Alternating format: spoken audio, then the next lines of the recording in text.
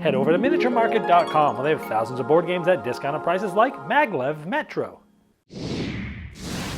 Maglev Metro is an innovative pick-up and deliver engine-building, tile-laying game for 1 to 4 players. You'll be utilizing state-of-the-art magnetic levitation technology to build a metropolitan rail system transporting commuters and robots beneath the city. You'll be placing tiles of your own track's color, connecting existing stations with future stations that you'll also be building. These stations are destinations that specific passengers want to be dropped off at, so you'll be picking up passengers and transporting them to their desired location. For example, the steel builder robots want to be dropped off at the factory, which also matches its color. The more robots you drop off, the more efficient engine you'll build as you choose where to place them, increasing your effectiveness of building tracks, moving your train, picking up or dropping off passengers, and more.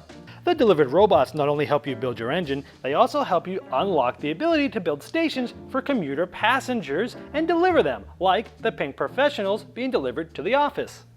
But watch out, because your opponents are racing to deliver them first, so efficiency is key. Dropping off the 4 commuter types is one of the main ways to gain points in the game. You'll also be trying to fulfill private goals like gaining extra points for each delivered purple artisan commuter, or building direct connections between 2 specific station types. You'll also be gaining points for each linked pair of stations with your tracks. Build the most efficient transport to be the hero of a new century.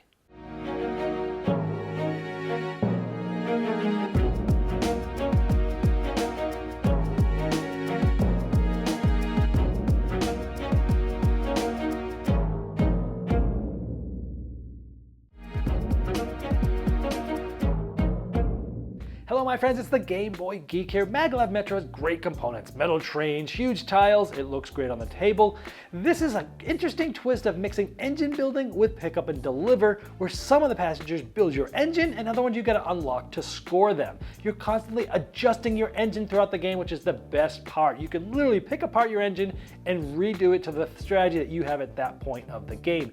Getting some of the commuters are tough choices. What strategies do you want to go down? Plenty of them to think about.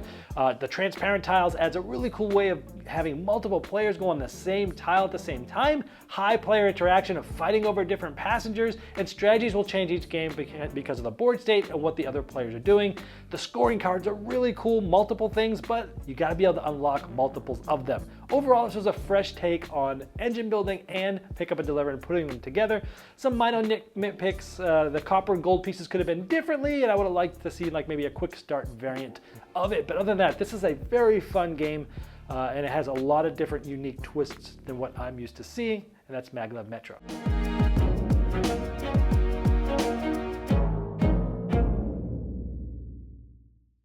Hello my friends, it's the Game Boy Geek here. Today we're going to be underground building a rail system. But it's not just any rail system, it is a magnetic levitation, the Maglev Metro. That's what we're building today. We're going to be picking up passengers, dropping them off, and creating and optimizing our engine. Today we're taking a look at Maglev Metro from Bezier Games. Let me show you all of how the game is played, and I'll see you on the other side.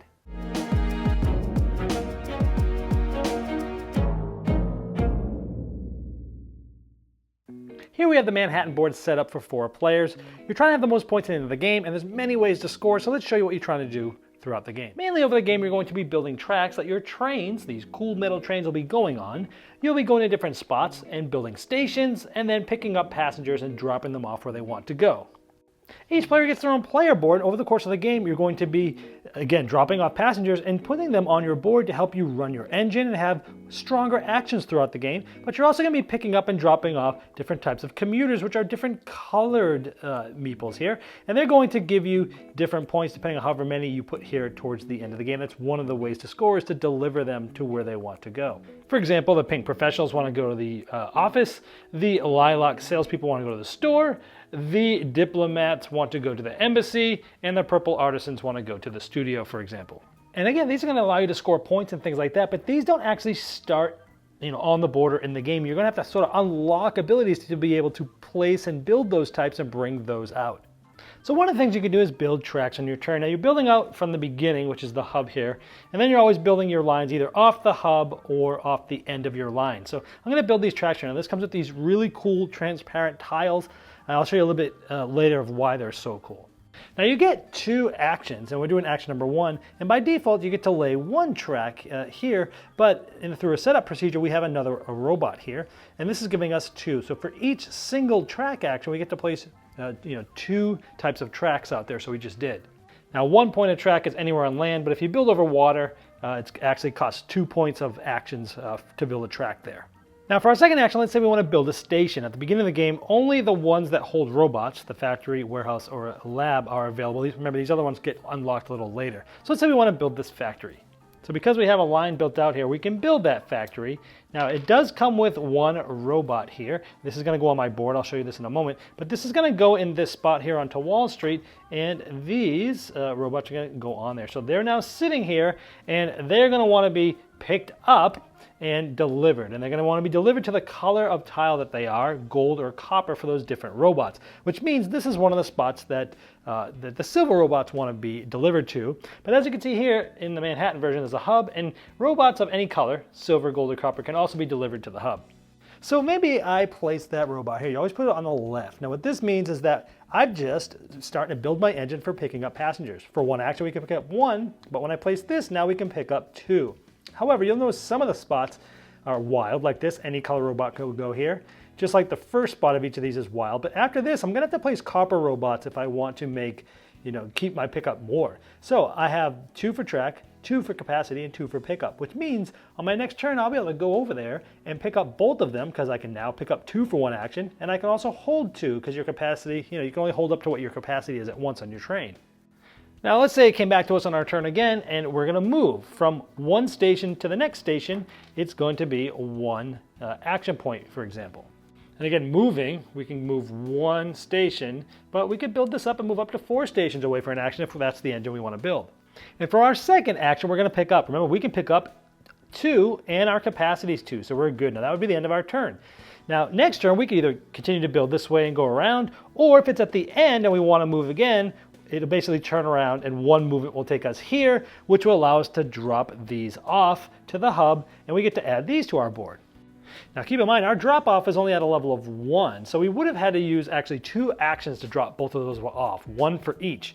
And so maybe we wanted to build that up. Maybe we put that there so later on we'll be able to drop off 2, or maybe we want to start trying to unlock things. I have a copper robot and I place this here. Let's say we wanted to place this here like this, and instead of doing more for drop off, we want to put the gold here. Now you've just unlocked this. This is unlock passengers and build stations. I told you that the ones that really score points at the end, you have to unlock. So now this allows me to build stations and unlock passengers of lilac, because I've got them both in there.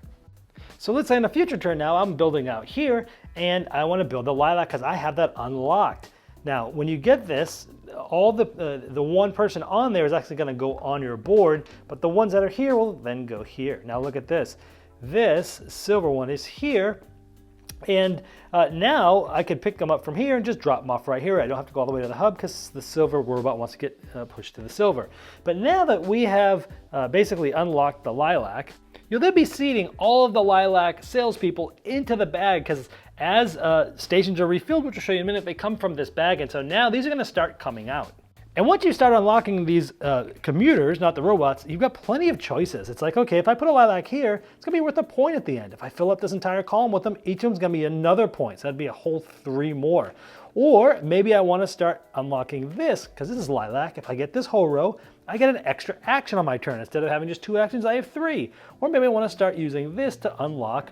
If I get another gold robot in this, I can unlock the purple, the sort of artisans there. So there's lots of different things you can do. And another thing you could do on your turn is refill stations, and you'll grab a certain amount depending on how your engine's built, and you'll be pulling them from the bag, and hey, maybe you'll get a lilac. And this is great, because if we were heading in this direction, we could pick this one up and bring it right here and drop it off and put those on our board too. Now so far I've only been showing you 1 track, but I wanted to show you that these transparent tiles are really cool because they allow multiple players, or all the players that are playing, to have transparent tiles on the same hex. Regardless of how many players are there, you never block anybody else. So there's sometimes tiles where all the tracks are there and you just know where you can go by looking at the really good design of these transparent tiles. Now let's show you one more big high point of this game before I get into like basically how you score here at the end. Now, I've been showing you building an engine, and the big twist of this is that you can change your engine. You can adjust it. Now you can adjust one by default, and which means you could take anything off. So it's like, maybe I really want to be able to move further soon, right? I don't really want to build anymore right now. I don't need that. I've already built out the stations I want that I'm working on. I need to do some more moves. This one needs, some robots here. So for one action, I can adjust one. So I can place this here, and now my move, I can move to two stations at a time. And so different things like that. And so the cool thing is maybe I want to build up this adjust that allows me to adjust more things at once. So it's really cool because you can build your engine at one point in the game, and you can change it throughout the game to give yourself a better engine in the aspect that you're focusing on that part of the game, because you'll be doing different things sort of during the beginning, middle, and end of the game, and you can adjust your engine. It's one really cool part of this game. So let's talk about points. Again, you're going to get points for each of the passengers that you place here based upon this. If you fill these up, you'll get more points. If you fill up these rows, you'll get an additional point for each link. Because each of these links from station to station is a point, but it'll be worth 2 points if you complete one of those rows. So you're sort of always battling rows versus columns. What strategy am I going to go for? Now, if you get 3 of the different colors, now notice these are sort of like a rainbow. These are any of these types of passengers. You place them here, and it comes here. And if you unlock this, you get to unlock the ability to possibly score an additional bonus card. Because you get bonus cards at the beginning of the game. I haven't showed you this yet, but you get bonus cards, and by default, you can only score 1 of them. But if you unlock these, you can score 2, 3, or all 4 of them. They all have a 15-point max, though. Now these are really going to dictate your strategy. You get these at the beginning of the game. Like this one's going to give you 2 points for each purple commuter you have on your board. So you're going to want to focus on that for your strategy. You get 4 points for a direct connection between a studio and a factory, with nothing else in between it. You get 3 points for each straight tile that's on a river. Again, all these are max 15 points. And here shows you a portion of your board where it's like, okay, you'll get 3 points for each filled unlock passenger on your player board sectors. So it gives you different things to focus on. And again, you're only scoring 1 of these by default. You need to unlock the other. So you really want to focus on one hard, and then figure out as you're going through the game, if you're doing well at one of these, then you're going to want to focus, trying to unlock the other bonus cards. It's a really interesting part of the game. So that's pretty much it. You're going to keep doing that until at least 1 station of each type is built and the bag is empty. Then you're going to score points again for all your different passengers there, your links, and your bonus cards, and whoever has the most at the end is the winner. Now there's actually another map on the back side of this Berlin. We were just showing you Manhattan, which is better for casual players find Manhattan to their liking because it's a little more forgiving and it provides more opportunity to score with the bonus cards. But on the back side is Berlin, which is a little bit more strategic, and sort of gamers who like more strategy and thinking ahead several turns might prefer this map. Okay, let's start with the components. They are great in this game. The tiles for the cities the stations are huge. They're essentially like double thick tiles. The metal trains are awesome and big and heavy and chunky. The transparent tiles that I've showed you in the overview, such a really cool thing. The player boards with the recessed way that you can put the different robots in different spots, top-notch quality here for production, I gotta say. This is all about mixing engine building with pickup and delivering. And I don't think I've played a lot of games that do both of those things together. And this definitely does it in a unique way. And it's a refreshing look because these days, I get a lot of games to review and a lot of them feel like been there, done that types of things. And this, I think, is a fresh take on 2 different things, putting them together and using your own recipe to make it unique. The robots, I love how they build your engine. They're easier to get out, they're more plentiful at the beginning of the game, and you're taking these robots, dropping them off either at the hub or at the factory or the lab, wherever they want to go, and you're building those engines of yours, but you're also using them to help unlock, to be able to score the commuter passengers. And I like that you're really trying to figure out what to do and what engine to build. But for me, the best part of this game is the fact that you can adjust your engine. And it's interesting because you'll find yourself focusing on a few things at different points in the game. At the beginning, you're going to be laying track, building stations, but later on in the game, you're definitely going to be like picking up a lot more, moving a lot more, and needing a bigger capacity. So it's like the trajectory of the game changes. It has sort of an arc to it, and I love that, like, you don't waste everything you've built early. No. You can just take those and adjust them and move what you want to do. It's really cool. It's like, oh, I could do this, which will allow me to go 2 here this turn, which will allow me to get there with 1 action. And it's really cool. Adjusting your engine is such a cool concept. Maybe this is the first game that's done it. I don't think I played another game where you can adjust your engine in real time. I thought that was the best part about this game. I like that the commuters, when you get those, tough choices. Because once you put those on your board, I don't know if I told you this, but those ones you can't move. You can adjust the robots for your engine, but you can't move the other passengers, the commuters. So do you use it to unlock new stations and such? Do you use it to score them? And if you score them, you just got to score them down the columns or the rows, right? Do you use them to get extra actions? Do you use it to unlock scoring cards? Lots of ideas of what to do, but you kind of commit to a strategy when you do that. And I like that because the engine's in flux, but once you start going down a strategy with those passengers, you kind of have to figure out what you're going for. Those transparent tiles are really cool because this is a train game, but it's not that mean because you're not blocking anybody. Those cool transparent tiles allow you to move with a lot of players and not get blocked. And I like that because it's already sort of mean enough because there's a lot of player interaction, which brings me to my next point, high player interaction. Because you're always fighting over passengers. Sure, you can't be blocked in this game, but you could have gotten somewhere and ran out of actions and someone else gets there and swoops up the passenger that you wanted. And it's like, oh man, it stinks. Or like maybe you did a refill action on your last action. You put some out there, no one's there, but someone adjusted their engine to be able to move far enough to get there and pick up the one that you just took out of the bag that you were planning to pick up next turn. So there is some good player interaction there, and based on what other players do and where the stations they put, gives you different strategies as well. And because of it's always changing, I like that you are changing your strategy depending on what other players are doing. Plus, the strategy is always going to change for the board state because the board's going to be different every game. The players are going to be doing things different every game, and it's going to sort of dictate what you should do with your strategy of the game. The scoring cards, I love those because it gives you a really good focus. It's a lot of your score comes from these if you unlock a lot of them. And I like that they're sort of hidden goals at the beginning that you're working towards and you're trying to figure out, well, how many of these am I going to go for? Can I go for all of them? I'm going to get at least one. What other secondary one can I go to? Oh, I'm going to get that. Oh, this one's going to max out of 15. I better go get some passengers and fill that up so I can score that. Gives you some tension towards the end of the game. The game, multiple boards, different experiences, more of a casual game, more of a gamer's game.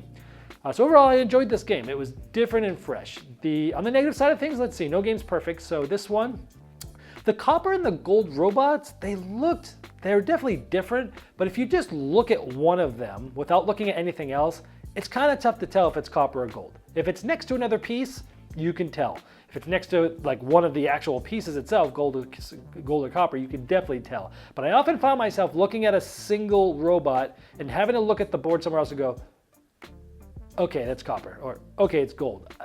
I like the colors, I just wish they were more different. Maybe the gold could have been a little bit more yellowy, a little nitpick there. Also, I would love to see like a little quick start variant where like it doesn't take quite as long to get your engine going. Maybe adding 1 or 2 more robots at the beginning. But that's pretty much it. If you like pick up and deliver, and I'm not a big pick up and deliver fan, but the fact that it's built with engine building and adjusting your engine made this one fun for me. So that's it. That is Maglev Metro. This has been the Game Boy Geek, breaking down barriers, growing relationships through board games by helping you find the next one you'll love. Lucky Duck Games has 4 new games available now. In the Court of Miracles, you lead a guild of beggars, scheme with sinister plots, and use trickery to build your own renown in an attempt to take over 16th century Paris. Baron Voodoo is an abstract strategy game involving the collection of thematic soul dice, and it made my top 10 most anticipated releases at Essen Spiel this year. Kingdom Rush Rift in Time is a tower defense with epic heroes that includes a campaign and an infinite replayability mode. It was hugely popular on Kickstarter, raising over $1 million. Chronicles of Crime 1400 is a standalone follow-up to the award-winning Chronicles of Crime, where you'll be solving 4 unique crimes in medieval Paris. These are all available in stores now, and you can learn more and order them at luckyduckgames.com.